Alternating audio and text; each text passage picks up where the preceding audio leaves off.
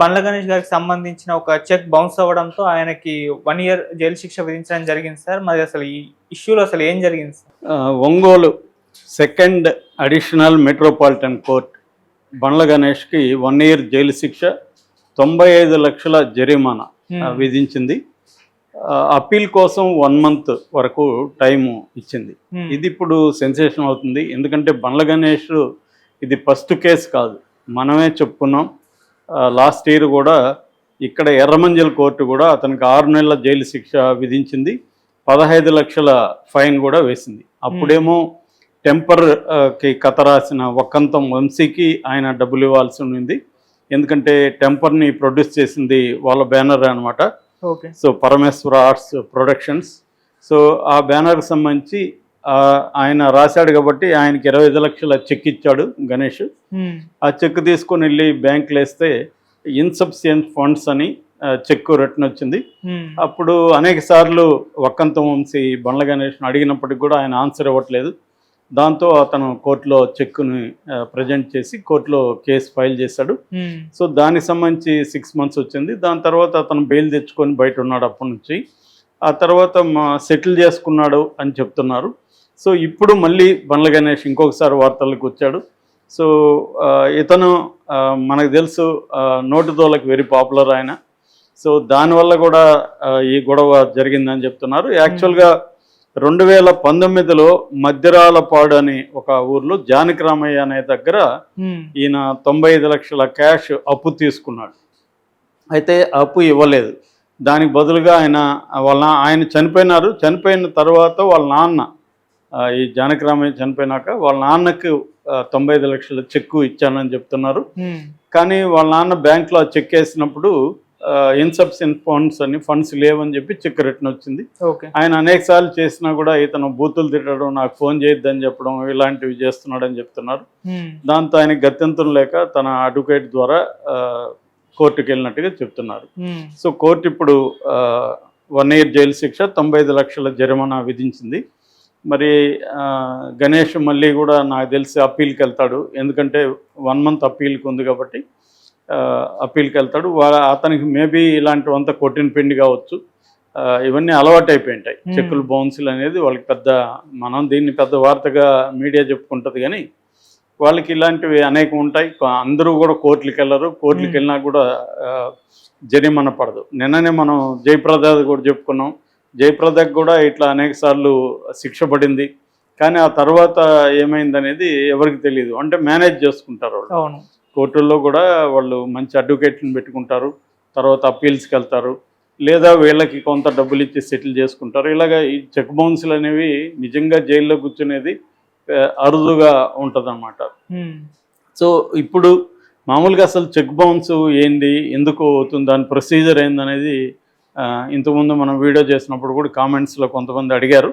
బేసిక్గా ఇండియాలో negotiable instruments act అని ఒక చట్టం ఉంటుంది, 1881 ఈ చట్టం కింద ఎవరైనా చెక్ ఇచ్చారనుకో, ఆ చెక్కు బౌన్స్ అంటారు. బౌన్స్ అంటే అర్థం ఏంటంటే డబ్బులు మనకి రిటర్న్ బ్యాంక్లో వేస్తాను నేను చెక్కు, బ్యాంకు డబ్బులు ఇవ్వకుండా రిటర్న్ చేస్తాడు చెక్కు.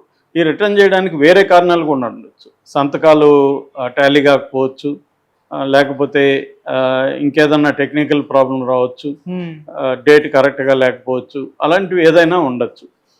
అవేమన్నా ఉన్నప్పుడు చెక్ బౌన్స్ కేసు కిందకి రాదు. అది చెక్ బౌన్స్ కేసు ఎప్పుడంటే ఇన్సఫిషియెంట్ ఫండ్స్ అని బ్యాంకు చెప్పాలి.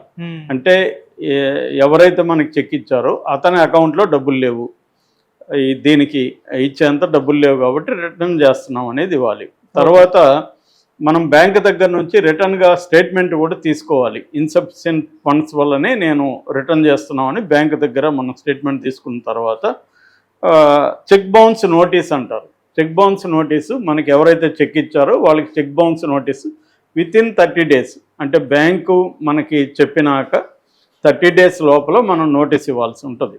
నోటీస్ ఇచ్చిన తర్వాత ఆ వ్యక్తికి 15 days టైం ఉంటుంది. 15 daysలో అతను రిప్లై ఇవ్వచ్చు. సో ఆ రిప్లై ఇవ్వకపోయినా, లేకపోతే ఆ రిప్లైకి మనం సాటిస్ఫై కాకపోయినా మళ్ళీ మనకి 30 days టైం ఉంటుంది కోర్టుకు పోవడానికి.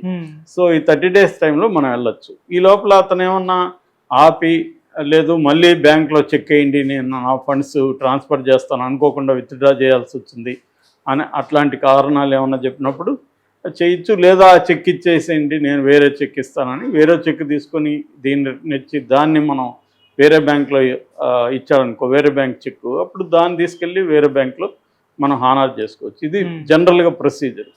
సో ఈ ప్రొసీజర్ చాలామందికి తెలియక ఒక్కొక్కసారి ఏం చేస్తారంటే చెక్కు ఎక్కువ వ్యాపార లావాదేవీలు ఉన్నప్పుడు కొంత మర్చిపోయే అవకాశాలు కూడా ఉంటాయి. ఫలానాడికి మనం చెక్ ఇచ్చాము అనేది మర్చిపోయి మనం ఇంకొక అర్జెన్సీ వచ్చినప్పుడు దాన్ని విత్డ్రా చేయొచ్చు. అలాంటప్పుడు కూడా జరుగుతుంటాయి. మామూలుగా చెక్ బౌన్స్ కేసులు అనేవి అనేక ఏరియాల్లో జరుగుతూ ఉంటాయి. బట్ సినిమా వాళ్ళు జరిగినప్పుడు చర్చకు వస్తుంటాయి. నిజానికి మిగతా జరిగినప్పుడు ఏమి మనకి ఎక్కడ మీడియాలో రాదు, సినిమా వాళ్ళు జరిగినప్పుడు వస్తుంటుంది. అయితే ప్రొడ్యూసర్లు ఇట్లాంటివి కామనే. నేను ఆ మధ్య కూడా ఒక సినిమా చూశాను, 400 చెక్కులు బౌన్స్లైనాయి. అంటే చిన్న చిన్న కార్మికులకు కూడా చెక్కులు బౌన్స్లైనాయి. వాళ్ళు ఆ 400 మంది కూడా ఎవరు కూడా కోర్టుకు పోలే.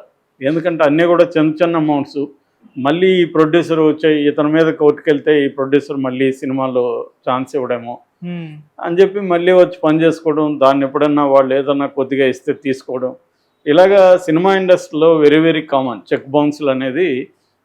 అదేమీ ఆశ్చర్యకరమైన విషయం కాదు, చాలా కామన్. ఎందుకంటే సినిమా ఎండింగ్ వచ్చేటప్పటికి ముఖ్యంగా లాస్ట్ షెడ్యూల్లో ఎగ్గొడుతుంటారు.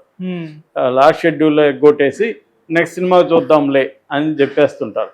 అందుకని మ్యాక్సిమం పనిచేసే వాళ్ళంతా బిగినింగ్లో ఎంత లాగగలిగితే అదే వాళ్ళకి దొరికినట్టు అనమాట. అందరికి కూడా తెలుసు వీళ్ళు లాస్ట్ షెడ్యూల్లో ఎగ్గొడతాడని.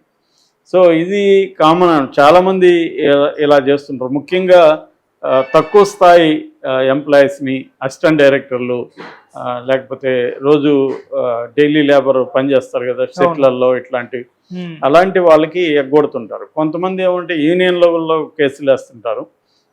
వాళ్ళ యూనియన్లు ఈ ప్రొడ్యూసర్తో కొట్లాడుతుంటారు. సో ఇలాంటివి వెరీ కామన్. ఇట్లా చెక్ బౌన్స్లు అనేవి రేర్గా మనం వింటుంటాము. బట్ ఇతనిది ఎందుకు విన్నామంటే ఇది రెండోసారి. ఆల్రెడీ మన వక్కంత వంశీ తిన్నాం.